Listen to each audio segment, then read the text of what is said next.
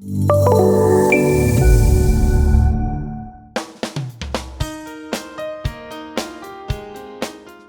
end-marked input is connected to the DP host.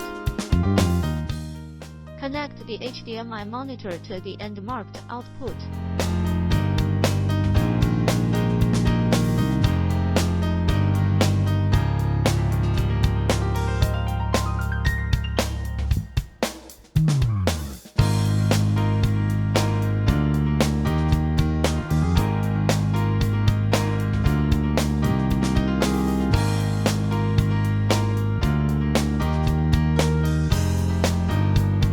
Note: reverse usage is not supported.